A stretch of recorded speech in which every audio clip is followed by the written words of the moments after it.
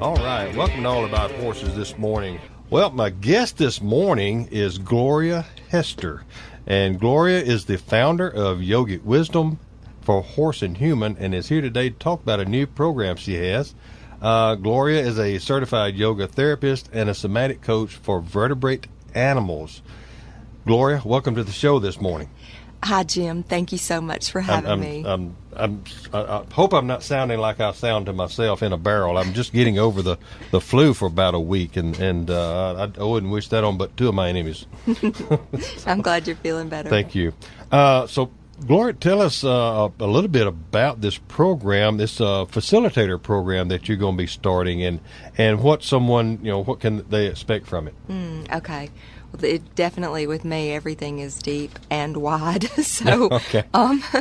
I'm so happy to be starting this program. It's been coming for a long time. I'd say it's a natural evolutionary process. Mm-hmm. So I'm going to be working with people primarily under the umbrella of Raja Yoga, which is the discipline of the mind. Mm-hmm. And we all need a lot of that. We do.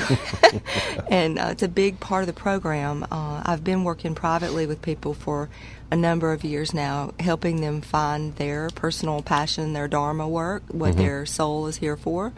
Most of the time we're very connected with it when we're young.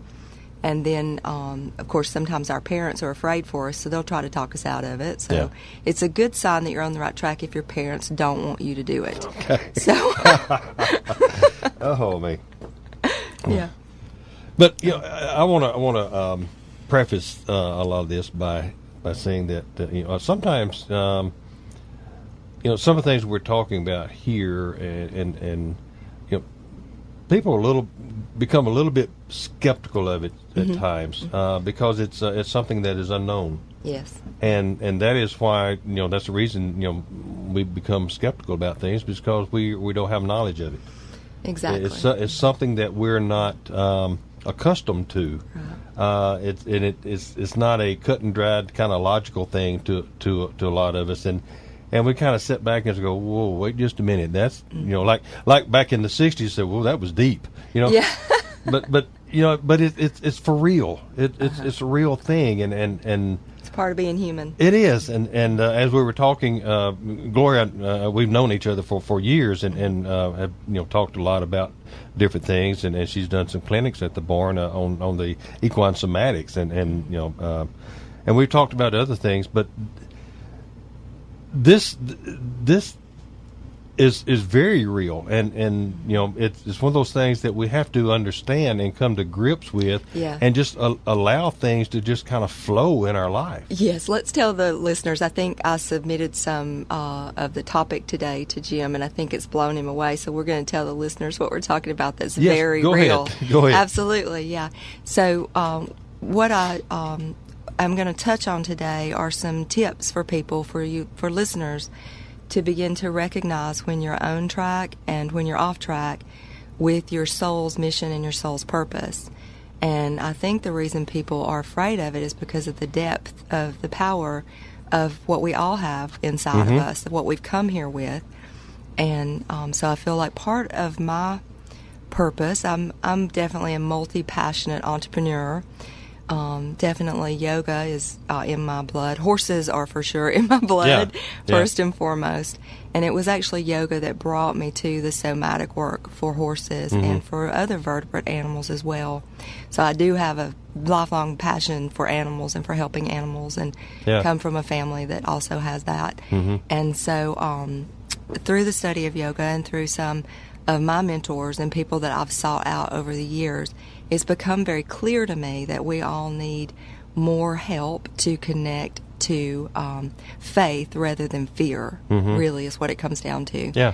And the personal faith of someone who wants to make a difference in the world, even if it's just for your immediate family or on a broader reach. Yeah. And so the facilitator training is really for people who want to take this knowledge and these practices and this embodiment into their personal lives, for if it's even just for themselves, and then if they want to share it with others, they'll be taking it back into their diverse fields. So some people who are coming in they don't intend to ever teach yoga or somatics. They're doing it for their personal knowledge base. And then other people, they really want to either start their own programs for horses or for people or both. Some people want to bring it in to a retreat center where there are horses and people, and they want to facilitate the development. Really, it is about the human potential. And I know people are a little bit afraid of that just because it's the unknown.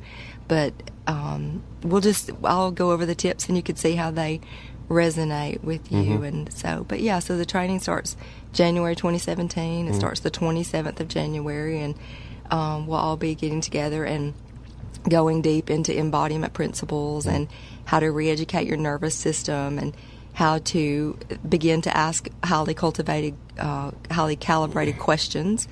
And so I hope this is clearing it up. Yeah, okay. yeah. Awesome. Excuse me. But, you know, when you get into a program like this, or any type of program that, you know, where you can go either direction. Well, I don't want to be an instructor. I don't want to be a teacher. I just want to do this for me. A lot of times you'll get in that program, find out that, no, your purpose is to be a teacher. Absolutely. We're all teachers, whether we know it or not. We're by our example. Yeah. And, you know, one of the things you said, you did a video last night and on Facebook, and I watched it. One thing you said on there is, how do you know if we're doing our life purpose? How do we know if we're doing the, you know, I call it the right thing? And I've experienced this, and I know you have.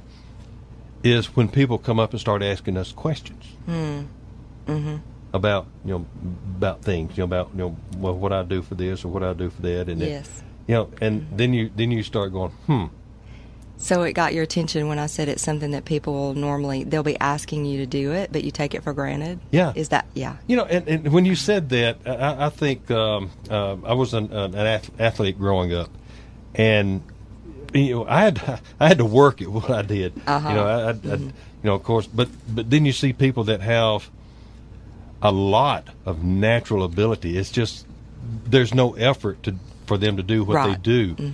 And it's you know, it's like you said in your comment, well, that doesn't take me any work to do that, so I don't think that's my life dream. Exactly. Where it could be right the opposite. Most of the time, I mean, it's one of the earmarks of that it is part of your soul's work or your mission here, because you've been given a life, and then when you get to choose what you do with it, you could stay in bed all day, or you could make it, you know, go out and do something at some point. Even what it's completely up to you what you do with it. But it's one of those that's one of the earmarks, is that people are going to be asking you to do it, and it's something that you take for granted because it comes so naturally for you to be able to do it.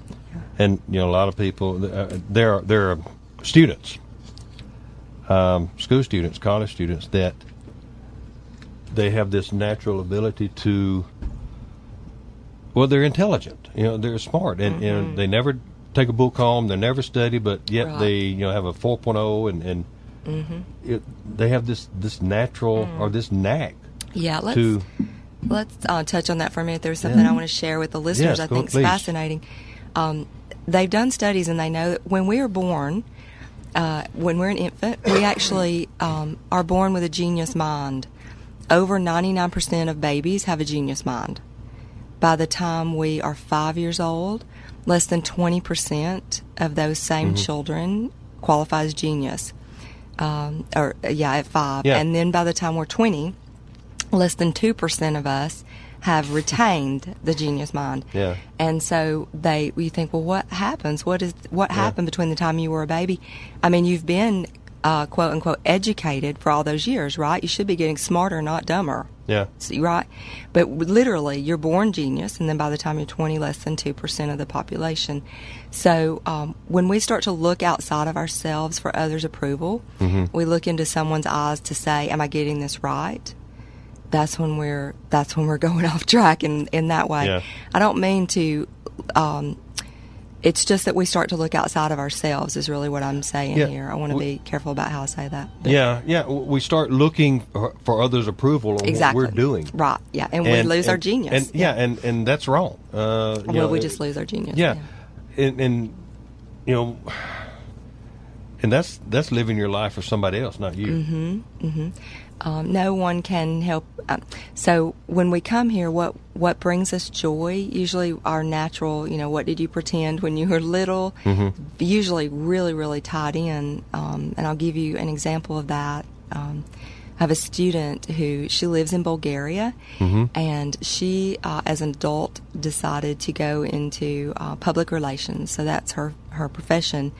That's her livelihood. And she started working with me online because she has had anxiety for years, and she knew when you work with embodiment practices, it's a great, my program really helps for people with anxiety. Mm-hmm. So we started working together in a virtual class, and within about 5 weeks, she has reconnected to her passion of working with animals, which she had completely forgotten. When she was young, she dreamt that as an adult she would work with animals. So she reconnected with her passion, and in about 5 weeks she started an organization, and they found in the town that she lives in Bulgaria, mm-hmm. unfortunately there's a big problem with homeless animals. So within 5 weeks, she's gotten 5 dogs homes. They're very warm, they're very well fed, and they're starting a program that's ongoing. The big goal is in that village that every dog there will have a warm home and a mm-hmm. bed and be well fed. And it's she reports back she's not having trouble sleeping. Her anxiety is gone. Yeah. She feels great, and she's back on her purpose. And she's such a beautiful spirit, so I'm thrilled to work with her. Yeah. Oh, good grief. Mm-hmm. Ken, you started the music, son. You're just getting the flow going. All right. This is very interesting. Y'all stay tuned. We'll be right back. Thank you, Tim.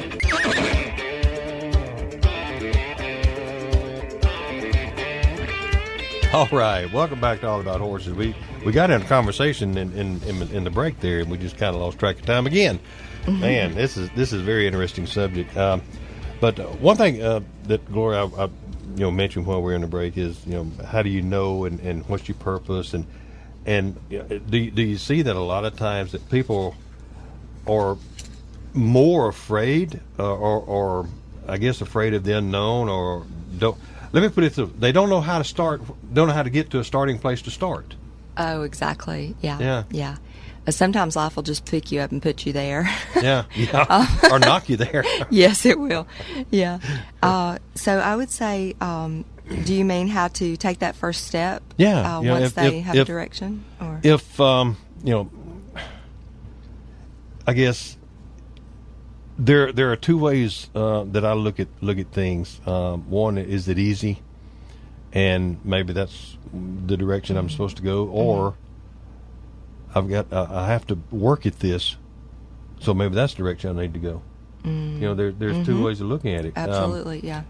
If I work at it, then I'll have more knowledge of it, mm-hmm. or if it's easy, then right. Okay, I think starting with the end in mind is mm-hmm. how I would answer that. So if you think about what lights your heart up, what brings mm-hmm. you joy, what you would love to see happen, and then you take all your steps. Some of those are going to be easy, and then some of those are going to be probably some of the hardest things you've ever done. Mm-hmm. But if you're working with the end in mind, I would say that is a good place to start. Yeah.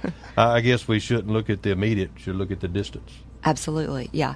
If you can think of, say, 3 years out, mm-hmm. What circumstance would you like? What would you like the facts of your life to be? Yeah. The reality of your life to be 3 years out? It's kind of like teaching a horse to cross water. You look across the water. You don't look at the water with the horse. Exactly. Yeah. So you're looking across. Absolutely, same thing. You look at the end result and not the trouble getting there. Yeah. Yeah, because this actually, you're working a lot with your subconscious mind. Yeah, and the subconscious is going to decide what action steps you take, what you actually do, and what you don't do, and so you're completely unaware of why you're doing the things you're doing every day. Yeah, and a lot of times I'm working with an unconscious mind. Yes.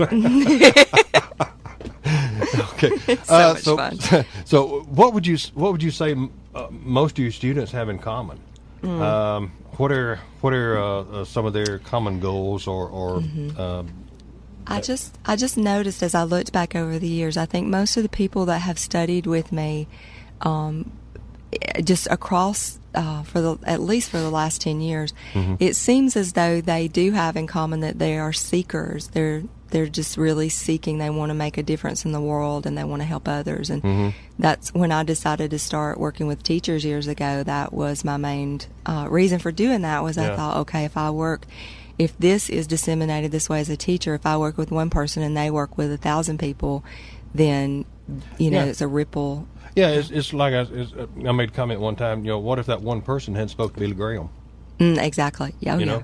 One person said, "Well, I can't make a difference." Well, it depends on who you speak to. It depends on who you work with, whether you make a difference or not. Yeah. All it takes is that one person. Yeah. And I think too with the horse work, which is definitely my what makes me wake up in the morning, what keeps me on my path, what keeps me doing what I'm doing is absolutely, just doing that work with the horses and just embodying that. I think that's definitely what gives me passion. And I think about how we all, if we're doing what we feel inspired by, then by nature, it just, as humans, it wakes us up. Other people see it and they feel inspired. And it might not be they're going to do exactly what you do, but they'll feel more connected to their own mission. Yeah. We think about the world of business is networking. That's a big thing now, networking. But if you think about life, we're all networking. We live in a network. Yeah, that's right. That's what we're all connected somehow because we're human. And I think it's we need to realize things like that, and we can work more together and accomplish a whole lot more instead of causing friction and rubbing against one another. Absolutely, and that's one of the things as I was driving in this morning. Over the years, after people would come to workshops, they would come back and they would say, when I went home last night, my son responded to me completely differently than I've ever seen him, ever. He was so different with me. Yeah. And so they were starting to pick up on that when we have a shift in our own nervous system, that everything around us responds accordingly. So other people would come back, and I really, at that time, I didn't realize, but, putting two and two together, but people would come in and they would say, the strangest thing happened last night. My husband's dog, who normally never even comes near me, came and laid at my feet and followed me all over the house. So there's a lot, if you think about the difference in the nervous system before a workshop and after workshop, it's very telling. So when we go into the barn and we're in a hurry and things like that, and then we think, well, I wish my horses were different. Well, your horses are just showing you that what you are. And that's not always the case, but it can be. Absolutely. Yeah.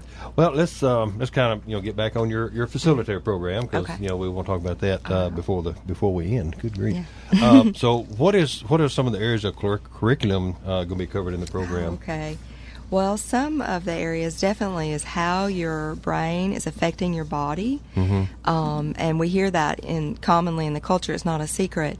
But this very specifically is about how to release unconscious holding patterns that have been stored in your low brain, that are keeping muscles contracted and that are pulling you out of alignment. And then, of course, so that is its own body of work in and of itself. And then also practices of yoga that are helping, again, it's changing your nervous system so that you can be in a state of rest and digest. Your body can rejuvenate, and the circular thoughts that affect the way we breathe, for example. So it's more like de-stressing to I guess would be the layman's term of putting it. It is, how people understand. It's learning how to interrupt the habituation, not only habitual thoughts, but also the habituations, the breathing patterns we take on, the way we stand, the way we respond to stimulus in the world. Those are all habits, and so we can learn new habits. It's I guess it'd be like starting to recognize ourselves. Oh, yeah. Recognize, recognize our thoughts, recognize our movements. It's like when I teach, I teach people, make sure your right hand knows what your left hand's doing. When you're teaching riding? Yes, or horsemanship in general. Make sure that you know what every body part is doing and why it's doing it. Yes, because the horse is picking up on it. Yeah. So I guess that is, the program would be recognize your thoughts, recognize your, what is, like you said, what is habitual. Yes, I mean, and one thing is that if we, so everyone's walking around with an idea of what their personal potential is, and that's determining the actions they're taking or not taking. And then they're getting results or not getting results, and it's affecting the way they see themselves. And that actually, then our bodies, we start to hold our bodies in a particular way due to what we believe.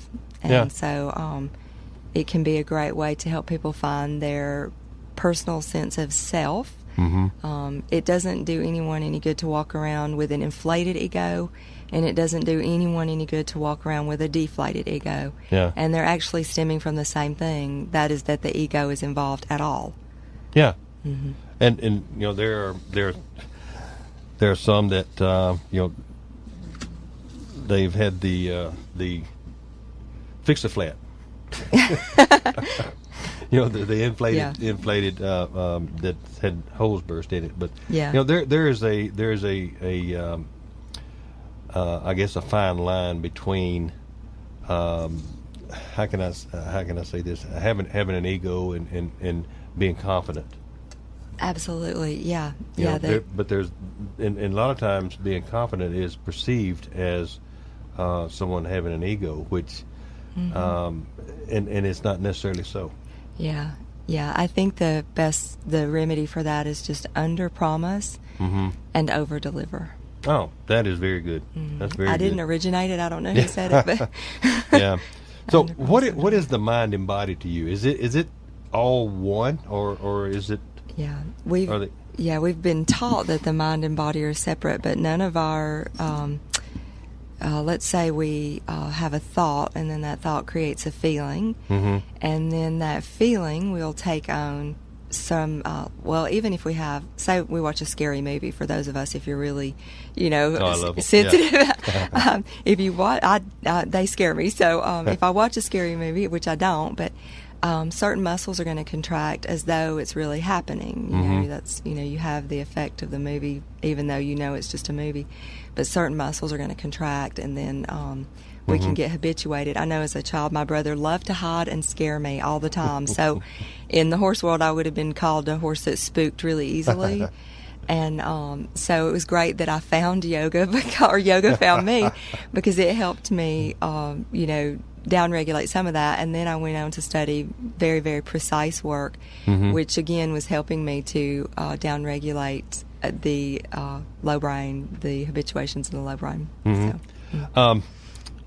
Quickly, we're going to be out of time here. Let's talk about some guidance. Yes, please go ahead. Is that where you want to go? That's where we're going out of time. Yeah. Okay, so one of the ways, there's several ways you can know if you're on track, what you're here to do. You can ask yourself, if money were no object, what would I do? That's a great one. You take that out of just let yourself dream a little bit. And so it'll help you connect to your heart. And your heart is really your north compass, not your head, but it's really your heart.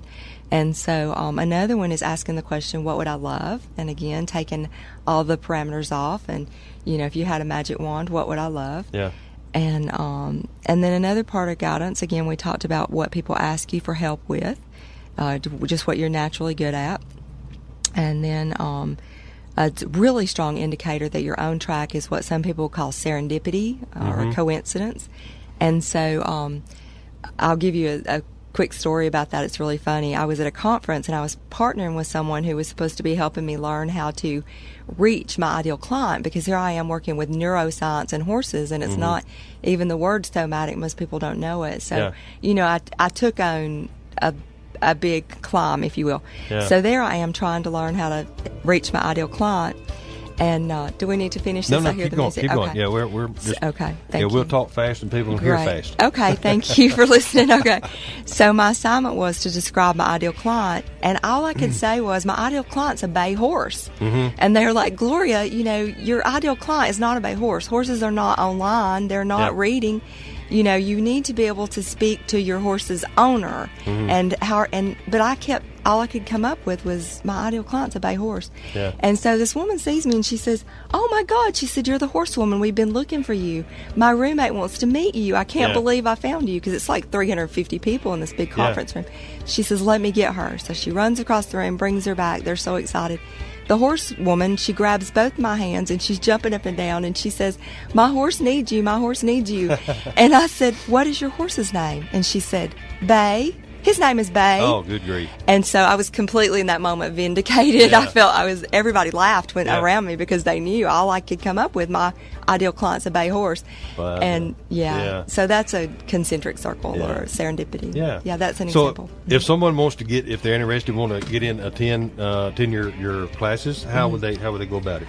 You can go to gloriahester.com and just on there you'll see a tab on the website that says Facilitator Training. Yeah. And and you can click to schedule a call to talk with me about whether or not it's right for you and to apply. Yeah. So again, it's gloriahester.com. All right, Gloria, thank you for being on. Thank Very you so interesting. much. Thank you, Jim. I love being here. Thank Folks, you. we appreciate your patience and letting us go over a little bit. Y'all tune in again next week for another All About Horses.